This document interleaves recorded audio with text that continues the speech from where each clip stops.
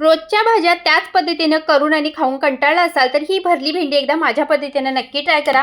पॅनमध्ये शेंगदाणे भाजून गॅस बंद करून घेतला। याच्यामध्ये धने, जिरे, बडीशेप परतून घेतली आणि थंड करून आलं लसूण घालून मिक्सरमध्ये जाडसर भरड करून घेतली। आता याच्यामध्ये कोथिंबीर, काही कोथिंबीरची देठ घातली, गाठिया घालायचा, हळद, तिखट, मीठ घालायचं आणि पुन्हा एकदा फिरवून घ्यायचं।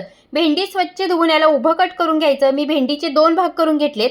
आता हा मसाला भेंडीमध्ये भरून घ्यायचा।